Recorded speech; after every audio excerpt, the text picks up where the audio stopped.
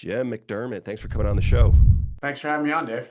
You said something, actually, I read something that I thought was really cool. It's very provocative. And it was, um, we need a new, or maybe to create an original Digital Monroe Doctrine. So when this cast a vision for you, what did you mean by that? What do you have in mind? Yeah, I think, I was always a student of history and always loved American political history. And I think anybody who's maybe listening to the show is familiar with the Monroe Doctrine. But effectively, what the Monroe Doctrine said was that Monroe, was the then president, basically said, look, that our sphere of influence will be the Western Hemisphere. And so, as other powers at that point, great powers in the world, kind of looked at the Western Hemisphere, they needed to understand that we wanted to have a certain degree of influence and sphere, which really was about protecting borders, physical borders at that point. And the reason I wrote the article and wanted to raise the topic is that it is in a world of information, right, which is where we have transitioned over the last 25 years.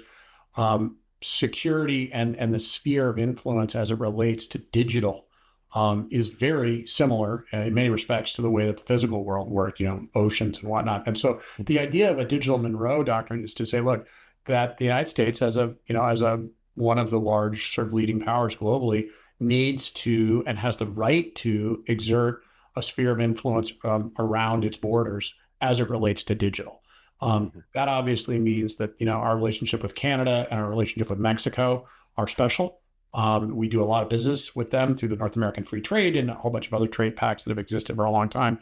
But what I really wanted to sort of raise was that the point is that there are certain physical assets, and in this case, digital assets, particularly data centers and places where we're doing, compute for LLMs and otherwise, that the closer they are to our actual physical geography, the more important they are. And thus, we need to be able to exert degree of influence over them to protect ourselves and both, and protect ourselves and also be able to, collaborate with the people who are our closest neighbors. I think when Monroe postulated that, like, well, to me, why just think that's such a cool part of American history. I mean, what nation on earth would not declare we're going to have a sphere of influence like that for all of time? That's true. But you can't think of the United States of America in 2025. Like, this is America in early 19th century, like, late 17, early mid 1800s. And we did not have, the prestige, the power, the whatever to exert. President Monroe might have felt like that, but I just think that's really kind of a cool thing and very, American to say, look, this is our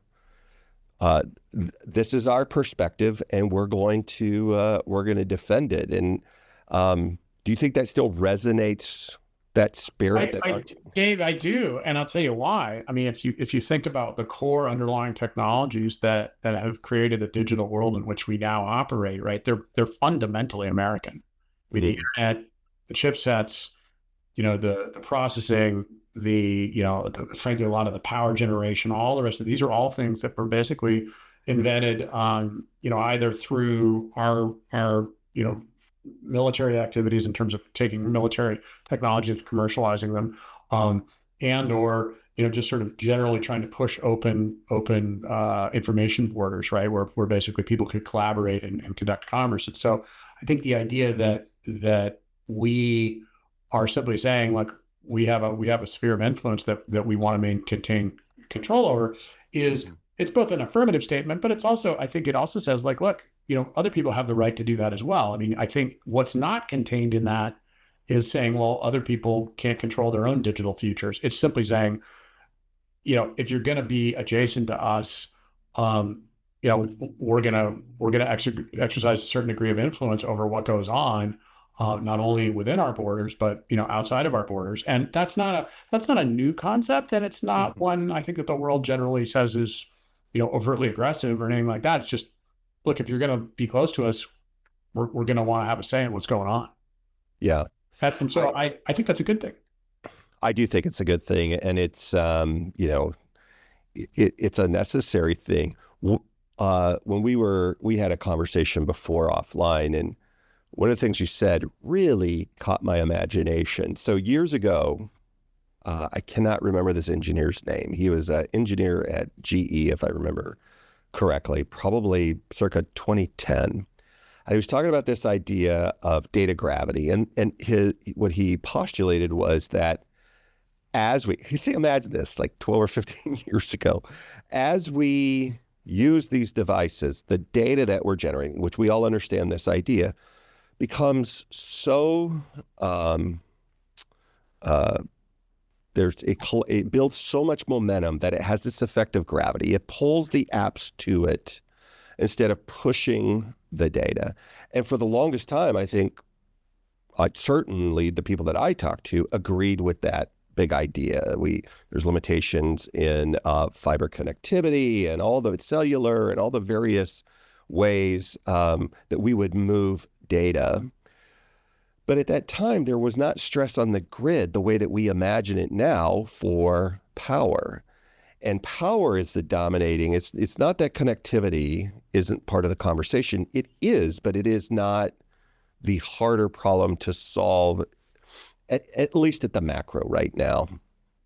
And so you said something about, look, it is easier, maybe more economic. I'm not sure exactly, but the difficulty in moving data is not anywhere the size of the problem of moving power. So let's build, in particular, these larger data centers that are doing these large digital things. And I'm all for data centers because I think it's an indicator of the prosperity of modern life. What did you mean by that? And can you give us a little bit more information on how you arrived at that conclusion? Yeah, it's a really good question, and it's if you'll allow me to maybe go a little bit down the rabbit hole. I Sure, actually please. started off college as a physics major, and one of the things that and physics and at that point electrical engineering are often quite intimately, or computer science, physics, and physics were all sort of very integrated. But if you really think about it, really what it is what is a chipset? A chipset is basically a series of gates through which electrons run, right? And so really what a chipset or data processing at its most basic level is really just building a series of circuits where you have very high degrees of control over how many electrons go where. And so if you start from that premise, what you realize is that all compute is really just organizing electrons in sort of higher and higher degrees of abstraction. And going to your point, for a long, long time, right, in our country, basically the way that we used electrons was for industrialization. So it was for things like aluminum smelting and, concrete manufacturing, right? And as we moved past what is sort of we'll call it the industrial age, and moved into the information age, we had a period of time that ran really from about, my estimate is kind of 1980 till the present day, where we were slowly decreasing the amount of industrialization in the country, but the data processing had not taken off. And as a result of that, if you wanted electrons, you just called the local utility. You said, hey, I need I need a little, whatever, I need 100 megawatts. And they, because they had built so much capacity for the industrial phase of our growth, they actually had a lot extra. And so what really was happening with data processing for quite some time, really until about 10 years ago, was that the data processors were just soaking up the excess that had been left from industrialization. And that was great. But I think it created a situation where a lot of people who were in the data business had no sense at all of how the modern electrical grid, or the production, transmission, and distribution of electrons worked, because there was always just some stuff. You made a simple phone call, you got what you needed. Yeah. Then we got AWS, right? And cloud. And now we've got LLM. And so all of a sudden we've had a taking off where we were going down at about maybe 1% to 2% per annum. And now we're going up at about 5 to 6, depending on who you read. And so what that has created is now all of those remaining excess electrons from the industrial age have been soaked up, and we're past that. And now the grid can't actually deliver at the same pace. And so the reason that I say that data is easier is if you think about the value of a bit or a byte versus an electron is a commoditized product But as soon as you run it through compute, it becomes information. Mm-hmm. Information has value that's well in excess of the electron. And as a result, so much money has been put into fiber optics and all of these things. And frankly, fiber optics are easier. I mean, it's easier to trench and put a fiber optic line in than it is to put an electricity line. And so the reason I say it's easier to move bits rather than electrons is that when you build a power plant and then you have to build all of the connectivity to move that, there's a bunch of things that happen. The first one is there's a lot of capital, a lot more than a fiber optic line. Second thing is there's energy losses, right? Because you're trying to move electricity. So at each phase where you're taking electricity and then you're stepping it up or stepping it down, you're getting thermal and thus electrical losses. Then you have transmission losses. And so, and then on top of that, there's much more sort of a physical element. Like you have hang wires and people see them and the communities don't have a tendency to not like them. Whereas if you're just trenching something and putting something next to the railroad, you don't have any of that. And so as a result of it, it's gotten considerably cheaper to move data because if I want to get a data line, permitted, trenched, and delivered, maybe that's, I don't know, $100,000 a mile. Whereas if I try to do that with a long haul transmission, it takes me 10 years. I have all this cable. I have to get permits. I've got CEQA. I've got all these sorts of things that slow it down. And time is money. And as a result, maybe it'll cost $1 million a mile to do an electron, to do a power line. And so what that takes you to is it's much better. And it's also more efficient because if you think about it this way, let's say I take 100 megawatts of power and option A is I just send it across to the data center. They process it, turn it into information, and it can be moved down. If the data center is 100 miles away, then I have to take that 100 megawatts. I got to send it through a line that has 8% loss when I convert it to DC. And then I got to get all the amortization and capitalization to get it 100 miles. Then I got to step it back up. I lose more. And so the 100 megawatts of processing 100 miles away, as an example, is it's something less than that. Maybe it's 85 megawatts.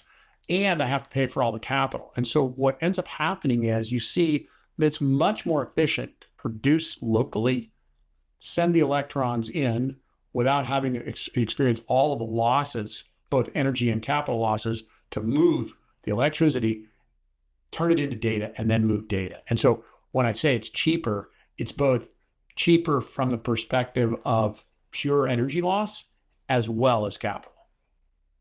And it sounds like sustainability by another name. I mean, that's what it sounds like. I always say to people that the flip side of sustainability is efficiency. Right? That if I can produce a megawatt of power, even if it came from coal, if I can actually consume a megawatt to get data, that's better than producing a megawatt and then having line losses and step up and step down. And I only get 85% of that megawatt 25 miles or 100 miles away. Well, then I put the same amount of carbon up, but I only got 85% of the processing. So one of the things that's really important when you're thinking about sustainability and you're thinking about how to be a good neighbor and all that stuff is to utilize the resource as efficiently as possible. And candidly, it's a definition of conservative. But I think it's the classic definition of conservative. The classic definition of conservatism is I try to conserve the resource and the asset and use it as efficiently as possible to get the most benefit for the widest group, right? And that, in that respect, I think that when I say that that you're better off to process produce the electricity locally and make the data and then move it, it's a sort of a classically conservative thing to say. And I'm not talking about politics. I'm talking about energy and dollars. Yeah. Bummer how I'm not even going to dwell on it, but just words sometimes get co-opted. They do. And, and so part of our conversation has to be when we use the word conservative or liberal, we have to go and say, well, hold on, this is how I mean it. And it's not uncommon. It's not unfair, but it's, when I use the word conservative, I mean the conservation of energy or money to get the same output, right? And that, when you think about data processing and you think about energy, that really is the fundamental problem. It's not It's not actually a political thing. Right. It's an energy and money thing. And that's and those are one of the reasons I like those is that those are well-defined metrics. So you can Yeah. look at it and you can say, if I put this in, if I put a power plant adjacent to these guys and then I produce electricity and it's used for processing and it's done in a responsible and efficient way, then that's good for everyone. It is. I want to tease that out. But one of the things you said earlier, my brain just clicked on it. And if you did this like fourth degree association, I am tipping the cap. We are going to call it out in the notes. We probably still will anyway. You started off the conversation talking about digitization with AWS. Mm-hmm.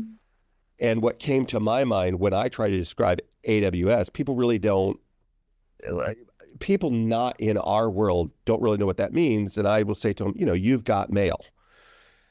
And I know you're one of the founders of stamps.com. And I'm like, wait a minute. Did I just get a roundhouse kick, Bruce Lee?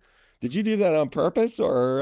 No, I didn't. But I will tell you that one of the things about one of the reasons that I founded stamps.com when I was in graduate school is as the internet started, I'll tell you a funny story. When we went to do our first installation at a place called Exodus Communications in 1999, I went to put our data server in Exodus Communications. They were one of the early data providers or sort of digital providers. I was standing in this thing and I was watching all this heat coming off, and having been in the power business, I was thinking back upstream and I was like, the amount of coal that's being burned to deliver my postage stamp, I actually know what that plume looks like. And I turned to my partner and I said, I don't think this is sustainable. And he said, hey, listen, stop. We're just printing postage. But the reason I'd chosen postage was that it was a very small amount of energy expressed as compute that was delivering a high value product, in this case, money, because under the federal tax or under the US Constitution, printing postage is tantamount to printing money. And I was like, I'm using electricity in the form of going through gates and processors to print money. And I've been given the right to do that by the government.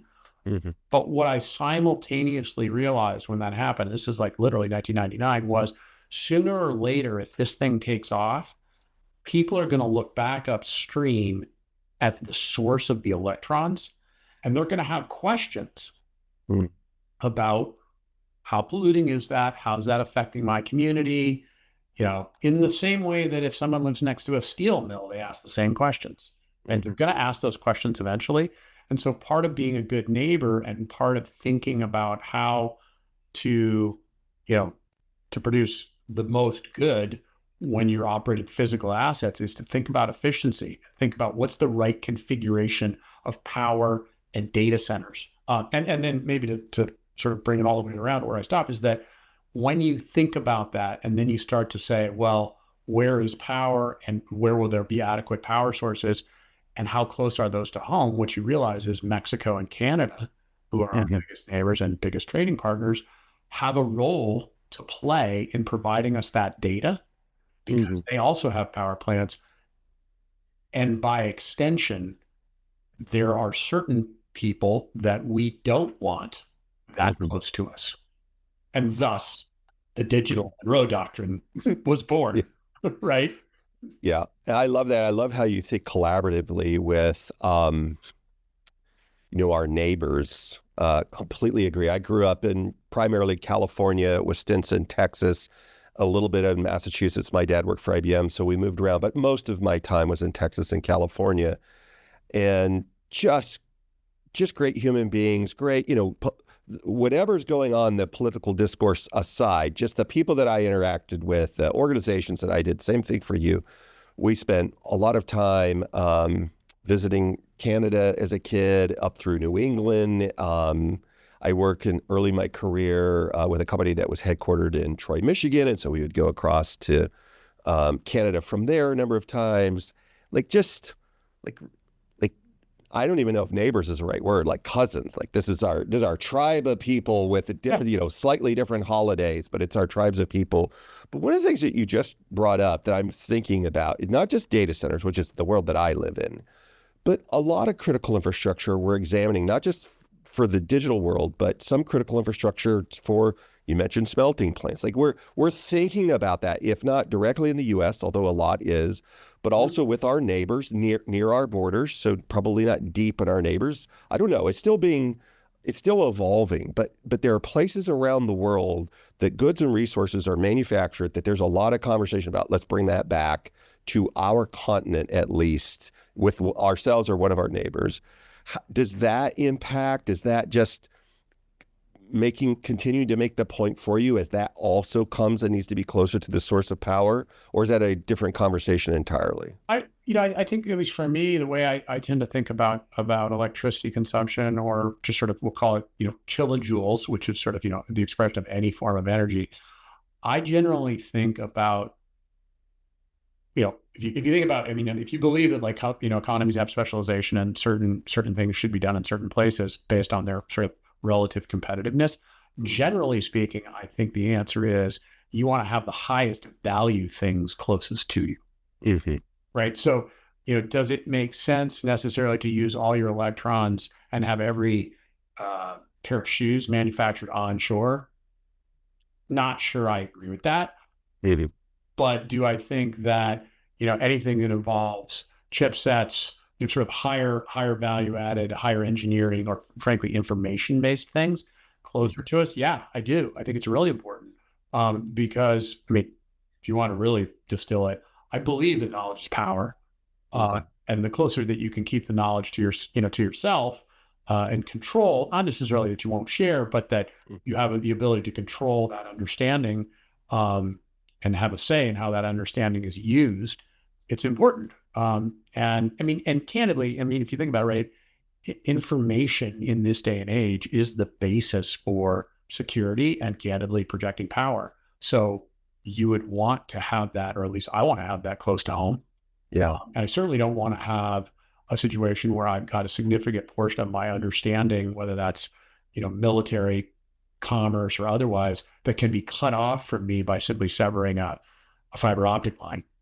Right. And that's a physical thing, right? So if it had, if I've got a bunch of processing that's sitting a half world away, connected by a cable that runs under the ocean, that's probably more risk subject to risk, right. and if right. it's a mile and a half across the Mexican border. Right. I don't disagree, and I know from our offline conversations as well, like, we're not necessarily imagining like some geopolitical conflict. Weather events happening. There pandemics happen. Things happen. Ports can't be open. Like, vulnerability is exposed. It's certainly not necessarily like I think there's a tendency sometimes to kind of go to the worst event, right. Imagining things. I don't actually think that that's probably the issue, right? Because my strong suspicion is that the U.S. military and other people who are really dealing in things that, would be, at various points, when I was as an investor, we did a lot of work with the U.S. military to help harden bases, providing them islanded electricity and power. So a lot of that has been addressed and being addressed. I think of it more like what you're talking about, which is, look, there are situations where, things go down and you can't get access to critical data that's related to commerce or goods and shipments of movement of things that, like, N95 masks. Like, if you don't know where they are, right. like, that's the same as not having them, right? Right. So, but again, when I think about data, I think a lot about, look, and one of the reasons I think the Digital Monroe Doctrine as an idea is that I think actually one of the rate limiters we've got in the United States is how quickly we can build electricity generation. And if there are other places in adjacent countries, like as an example, Quebec has a massive amount of low carbon hydro that they used to use for smelting and other things, right? Why we wouldn't feel comfortable with the right precautions having stuff in Canada is one thing, and the same is true in Mexico. The permitting cycles in Mexico are quicker. They have access to natural gas. There's actually, Dave, I actually learned about a thing called the presidential permit that was created in 1954 under the Eisenhower administration, which allows participants to move critical resources across national borders and have them processed and brought back specifically for this reason. So the idea is, let's take, say, gas from the Permian Basin, push it across into Mexico, process, make electricity, and bring the electricity back for data centers. Like there's actually a long-standing presidential permitting process that has existed since the 1950s to do that, to address this exact thing, right? And, the other thing I would say with that is like, right, when people have money invested in things like data centers, which are, very capitally intensive, they want to protect them.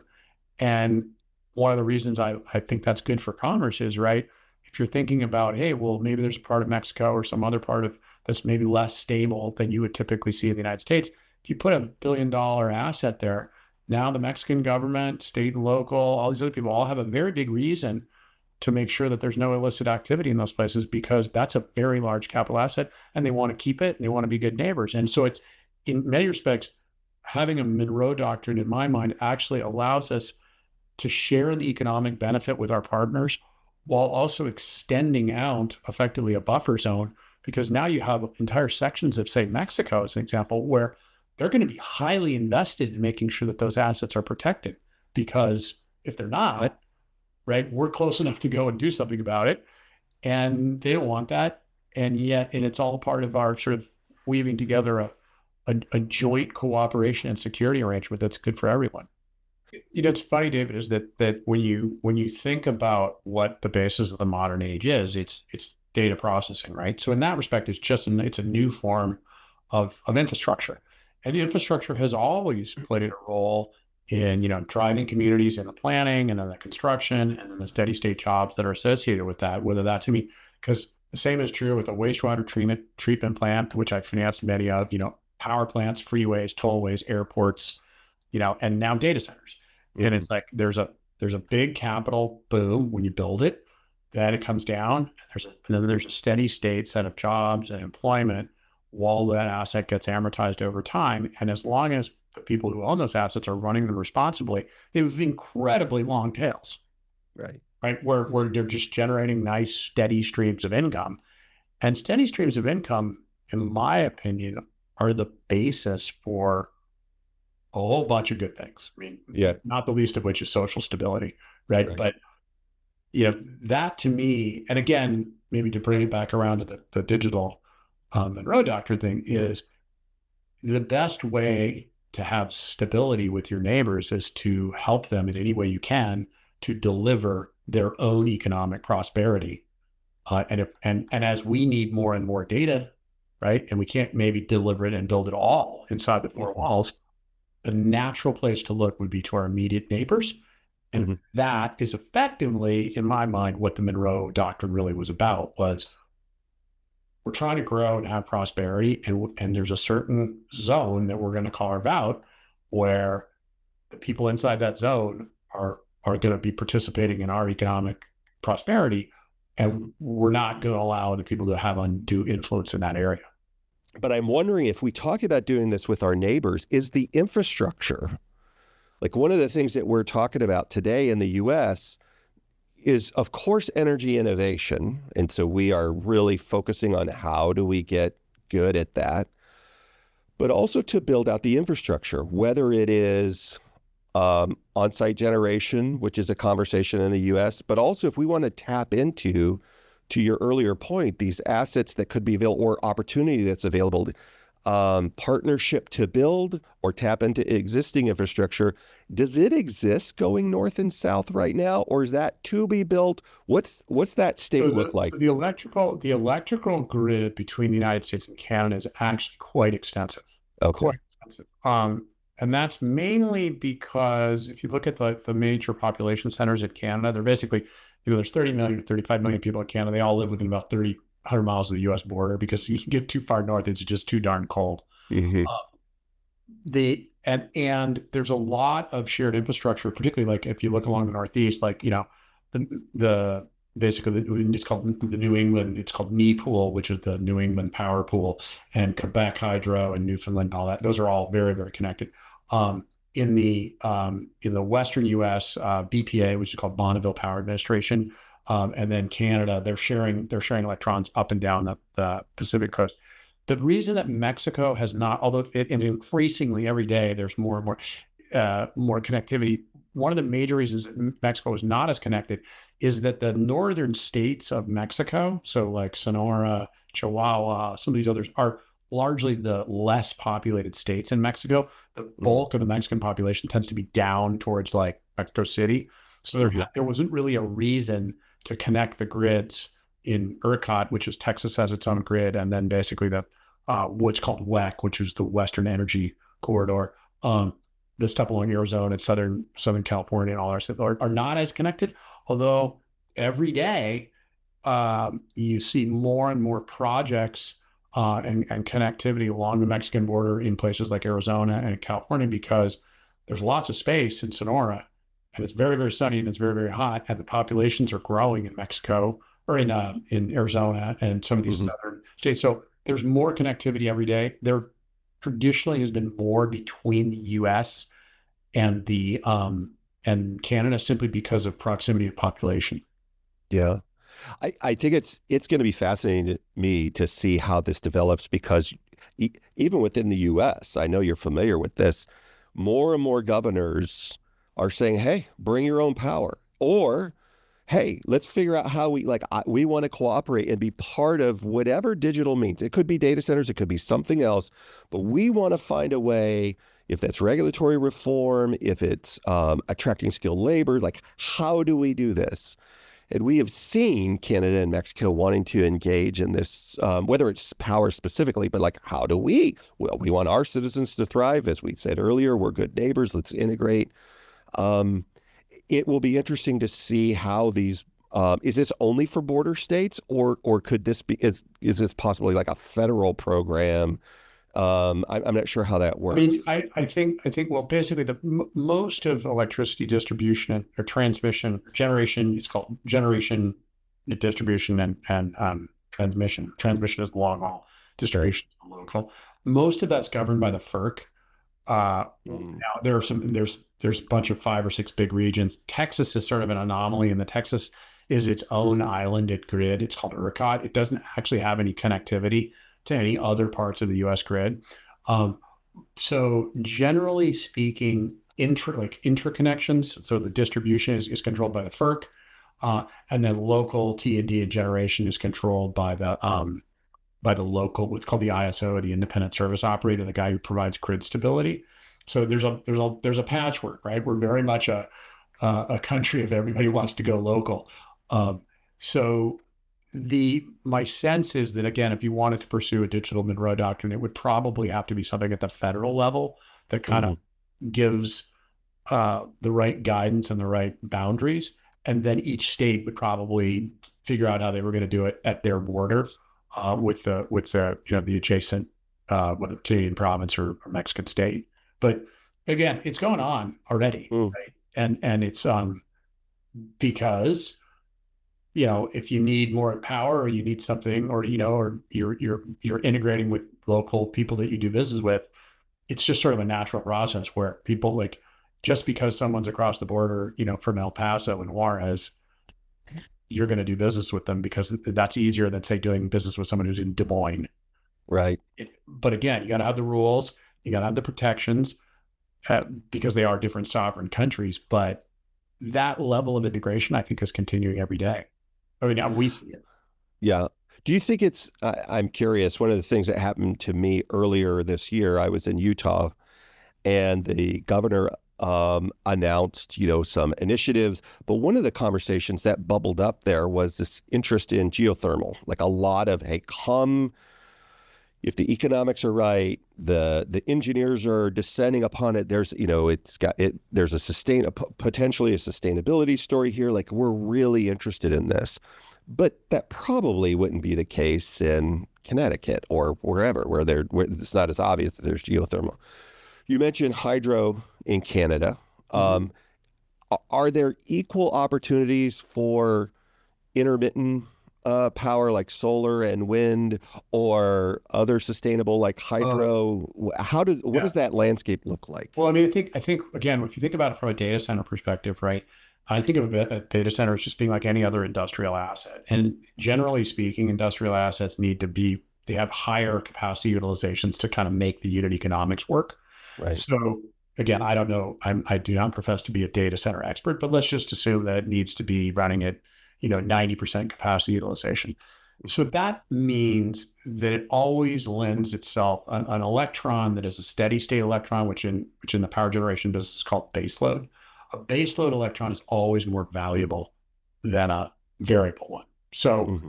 um, one of the things that when you think about, what your relative advantage is, is the electron that I'm providing to the data center world, which can then be processed into information, is it baseload or is it intermittent? Hydro is an incredible baseload asset. To me, it's as good as nuclear and good as coal. The three true baseload assets are coal, nuclear, and hydro. Natural gas can be fantastic, and it's got a much lower. Then if you overlay emission profile, right? Nuclear has a zero emission profile in terms of CO2 emission. Water has none. Coal has quite a bit. It's the highest of all of assets. Um, Hmm. Natural gas has a fabulous sort of configuration capacity, in that it can be used both for base load as well as what's known as peaking. So basically, these are plants that can be fired up really quickly. If all of a sudden processing goes spikes and you need a lot of electricity, you can use that.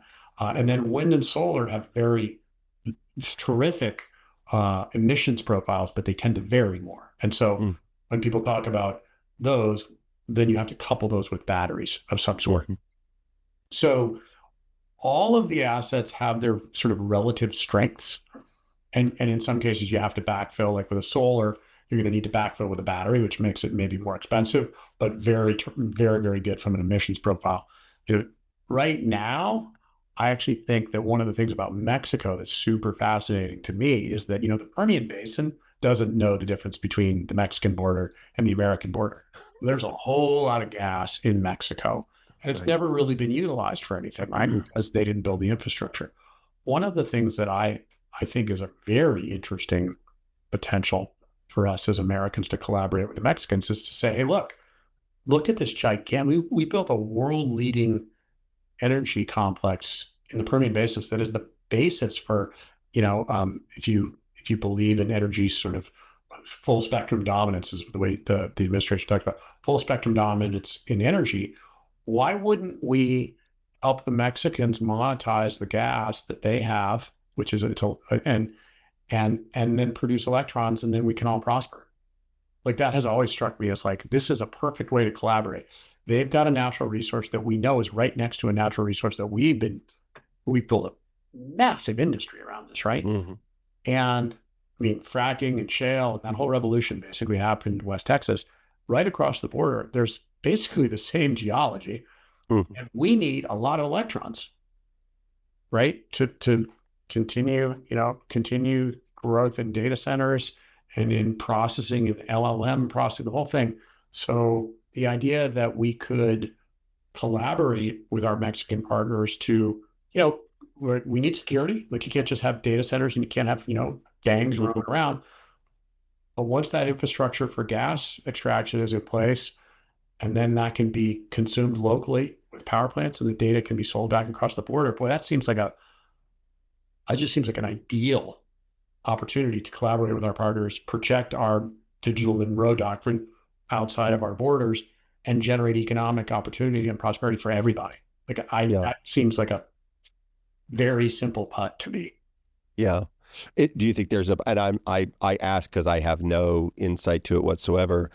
When you were describing, when I was a kid, I had a lot of friends up from Monterrey, Mexico, so Nuevo Leon and Yeah. that area. And they used to laugh. We were complaining. Didn't live down in El Paso. I lived south of Houston, but still Mm-hmm. pretty darn hot. Lived in San Antonio for about 5 years. And they're like, brother, this is where the scorpions come for vacation when they're trying to escape the heat. Where we're from, it's warm, which just implies a lot of sunshine. Is there an opportunity? I agree, completely understand data centers and industries like data centers. We want base load. I'm wondering if there's an opportunity to take, and I generally do not understand the density availability of solar, but whether it's solar or wind, and firm it up with natural gas or some combination Oh, of things. yes, dude, Yeah. that is 100% So to give you a sense of it, there are 5 spots globally that have what's called TNI, which is basically solar radiance. It's Okay. Southern California down into the Sonora Desert. It's Hmm. northern Chile in the Atacama Desert. It's Australia.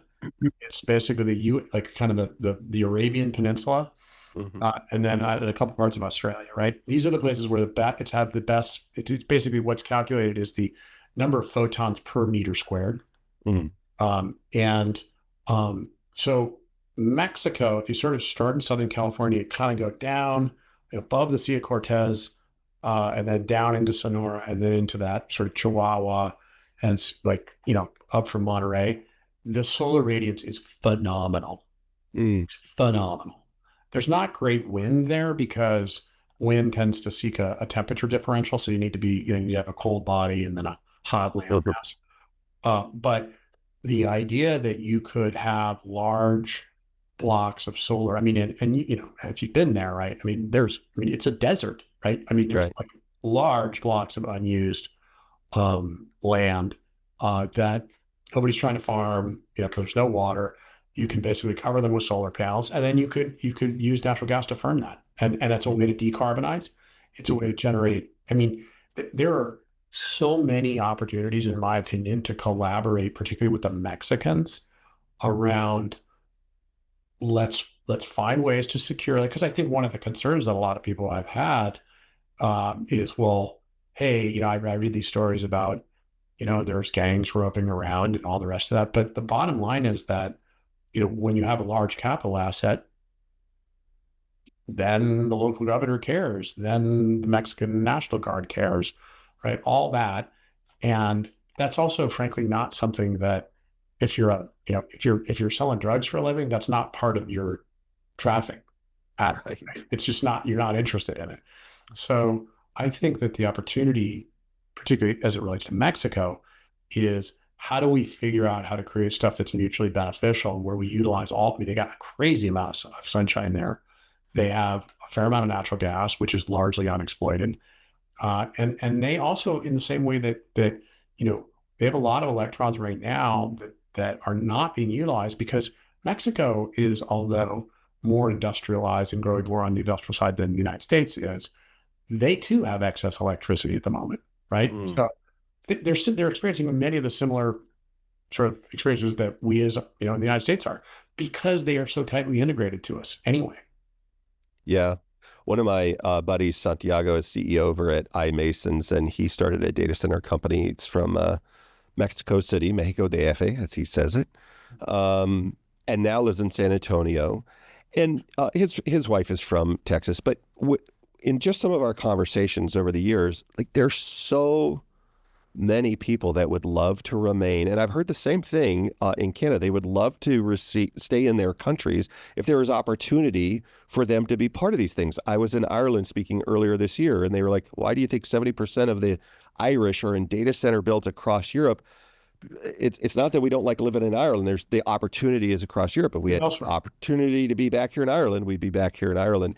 And it just feels like, to your point, in both of our neighbors and the U.S. for that matter, here's an opportunity. We're not trying to displace a population. Most of the modern data center designs are water free in their cooling. And Yeah. so these fit, if we're working off of that premise, is I want to have the electrons next to the data. I'll move the data. Not all data fits this, but a lot of the data fits this model. And it brings prosperity to areas that don't have prosperity now.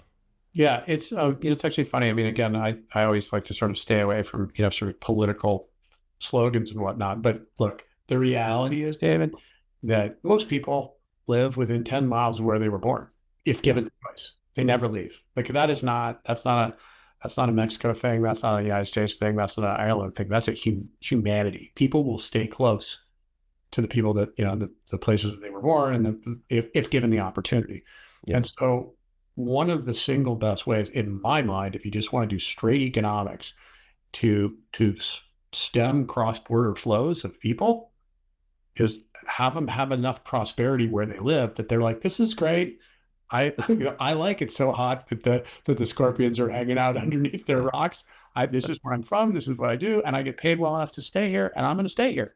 And Right. when you do that, I think you stem. I mean, you create economic prosperity, but the knock on effect of that is that people are like, all things being equal, I'd rather stay near my family and friends, so I'll Yeah. do that. And it also creates an even stronger binding to to the land or whatever of their home, because they see that there's something worth defending, right? Like it's like, okay, this data center or this job or this power plant is integrated into the global economy, and I know that as long as we continue to keep it stable and make it work right, we're going to be able to derive rents from that, Mhm. and we can live our lives. And that's what Yeah. most people want. I don't think most people. In that respect, I think all people are exactly the same.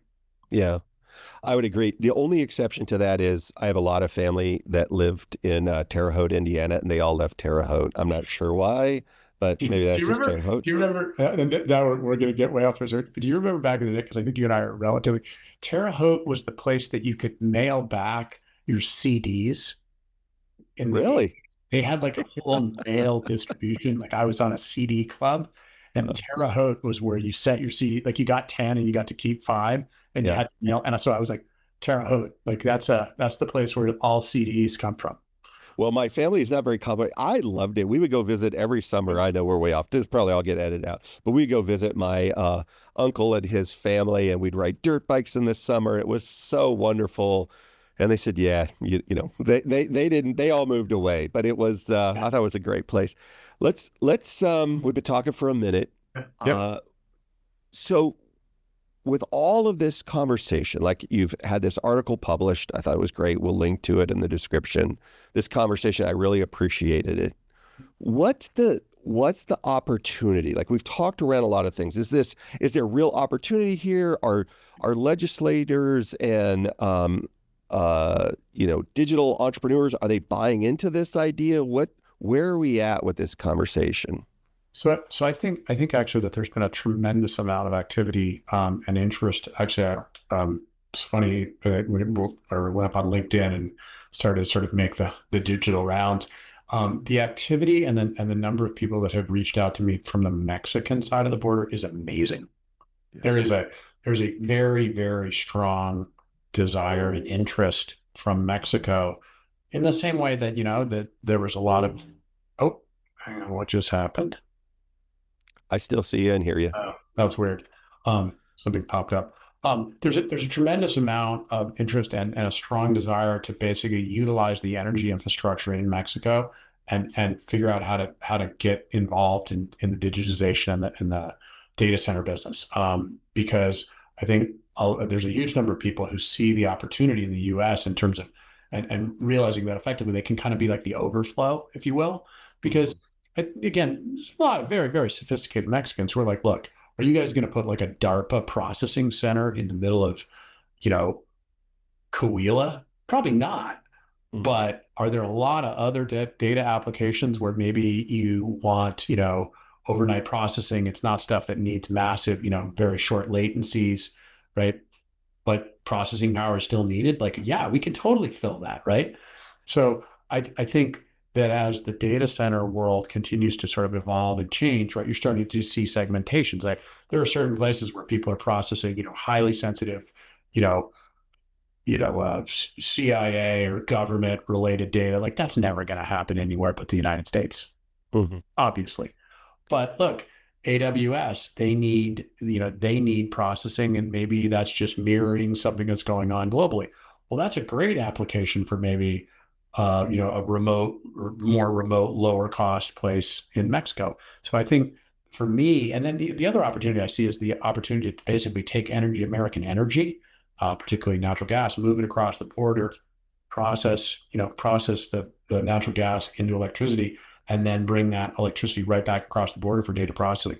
I think that's a huge and big opportunity. And at various points in my career, I've had the opportunity to get to know some of the folks that are higher up on the federal government side in Mexico.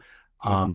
I mean, not the least of which is President Changam. I mean, she's a Berkeley, environmental PhD, so she understands these things. I mean, not that, Right. right? So I think there's awareness all the way up. in the Mexican government around how can we be helpful to do that, right? From a permitting standpoint or a regulatory standpoint. So I think Mexico is a very, very interesting place. I think sometimes Mexico, people are busy and they, there's a sort of knee jerk reaction, which is, well, I don't know, I heard about narcos. And you're like, yeah, look, I mean, there are narcos and that's a bad thing. But does that constitute every opportunity in every state all the time? The answer is no. In the same way, I always tell people, I'm like, look, I live in Los Angeles, and there are large parts of LA I would not go to. That's right. That doesn't mean all of LA is bad. That's right. And so I think and by the way, I think that you're going to start to see that in other parts of the Western Hemisphere. Canada is already going that way. I mean, there's a lot about people talking about processing up in colder climates because it helps dissipate heat.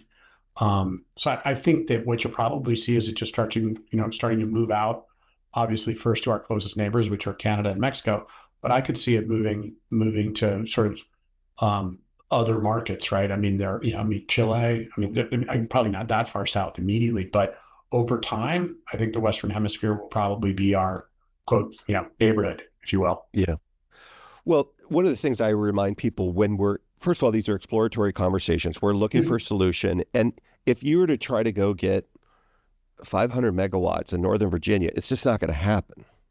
And 70 to 80% of 80% of the data of the world goes through Northern Virginia. So if we're continuing to do things, even if it's just a matter, Jim, of I want to free up some warehouse space or some cloud cycles or whatever from Northern Virginia, well, maybe I can move some to Atlanta or I can move it to Dallas or whatever. Okay. Well, what happens when those get filled? Like we're looking for opportunities that make sense, that are in our national interest for security. Of course, the states are looking to do that. We're also growing at whatever the speed of the modern world's growing. And so where's the most economic, safe, reliable place? That could be in the middle of the Midwest. It could be in one of our neighbors who are our friends. That's what we're talking about, is how do we do this, as opposed to saying, sorry, the inn is full, nobody else can come in. We're going to continue to figure out a way that makes sense. Yeah, and I think it's actually interesting is that kind of going to my comment earlier about, as we move forward, there's going to be more and more segmentation around, the speed of processing, the importance, the security, all because not all data is the same, right? Right. That, whether or not I get my credit card, monthly credit card processed, in less than 3 milliseconds does not matter, right? I'm happy to wait, 4 minutes, right? Right. And if that means that type of processing can be moved further afield to a place that's maybe sort of the end. I mean, I think it was sort of the cul-de-sac at the end of the development as opposed to center city, then we'll do that, right? And I think that's just sort of the natural progression of at least the way I think of it as the kind of business and capitalism is that, like you said, if Northern Virginia ends up being a place that there's just we need spare processing capacity for mission critical stuff, then you figure out where are we going to offload the stuff that's important but not urgent. Yeah. Right. I see that everywhere. And I see it much more likely to occur in this hemisphere than anywhere else. I completely agree. And it's a time honored when we first started shipping goods from Boston Harbor, all the warehouses were within 100 feet of the water. Yeah. As soon as those started getting full because of our prosperity, we built rail, first paths that wagons could go, then rail for rail. Like, it's a normal, natural thing. Now, the more valuable things are closer to just like I do in my data center. If you want to come in the data center, I have concentric zones of security where you move from not that any of them are insecure, but the least amount of security is in the entrance at the lobby. The closer you get to the real value, the data, the exponential greater the security. It's the same thing. I'm just hopeful through this conversation, the conversations the articles you've written, the things that you talk about regularly, you've been on other podcasts, we can just consider all of it. How do we help enable human flourishing with our neighbors, in our hemisphere, within our own borders? How do we do it in a way that makes sense for us, for all of us, including our neighbors? And now let's pursue it. Let the debate continue, but let's pursue it with a good-hearted, open mind and see where we land. You know what I would say, David, is that I'll leave you with this because I think it's actually maybe a good way. It's like I was raised in a family where my father was in the Navy, and he used to always tell me, free trade stops wars. Free trade stops wars. And I very much believe that. And I think, but one of the twists, because like history isn't the same, it rhymes, right? Is that it's free and fair trade stops wars. Right. Which is, if we can find ways to take the digital infrastructure that is clearly a growth industry, right? And it for obvious reasons, right? Because information and the ability to process information and think more deeply about the difficult problems that the world faces is based on the modern digital processing, chipsets. If we can figure out how to progress that prosperity and the infrastructure and the resultant prosperity to a wider and wider group in our hemisphere with our partners, and we can do it in an orderly way that things are protected, and people can make money go along the way. That breeds stability, and stability is the basis for no trouble. Right. And that's how I believe that, right? And so it's a process of just thinking, like you said, start with concentric circles and saying, like, as things get more and more crowded, we're going to have to move out. And as we move out, eventually that will go beyond our borders. And the question is, which jurisdictions do we want to go into? How strong is our relationship with them? How organized and our incentives aligned with them? And if we do those things, we can continue to grow and deliver prosperity and more data and all the rest. And it's good. Just you need to be thoughtful. One of the things that I know we're here at the end, so we don't have to belabor it, but we've implied it here, but you say it directly. The other side of this is, if we're really good partners here, just like in your own community, if you fill your community up with the people you want to be your neighbors, it prevents or greatly restricts the people you do not want to be your neighbor. And so that's one of the things that we want to do, is make sure that as we're doing it here in our country and wherever these things take us, that we're all incentivized, that we're all engaged, that we, and now we got the right people, the people that believe in the same core ideas that we do, doing the things that we want to do. David, I got another one that you made me think of. So I was, for a number of years, very involved with a series of charter schools in Los Angeles. And one of the pieces of data that came out of it that just blew me away is that if you take a community and 55% or greater of the people, the families, doesn't matter who they are, where they're from, 55% or more of the community has a stable home environment expressed as enough money to basically pay for food, healthcare, and housing, the schools will flourish. They'll flourish. The minute you drop below 55%, all hell breaks loose. I mean, it's eerie, right? Because it's like this sort of funny line. And part of what I think about when I think about, digitization and power plants and all this sort of stuff is that our job is to deliver an ever widening. I mean, if you really want to think of it as like a security blanket or a security zone, the way to deliver a security zone properly is make sure that the people who live in a security zone have a high enough economic standard that they have no incentive to let, whether that's ideological or criminal or whatever, right, into the zone and let it flourish, because they realize that things are good. And as long as I sort of keep an eye out for the things that are bad and I expel those bad things, it'll be good. It'll remain good. And that is how, in my mind, you project an ever widening zone of security. And data and power plants are a growth industry that can deliver that as an added benefit to all the other things that they do. Right. I think that's a great place to end it, an ever widening zone of good. Jim, thanks for coming on the show. Yeah. Dan, really nice to meet you, and I appreciate you taking the time today.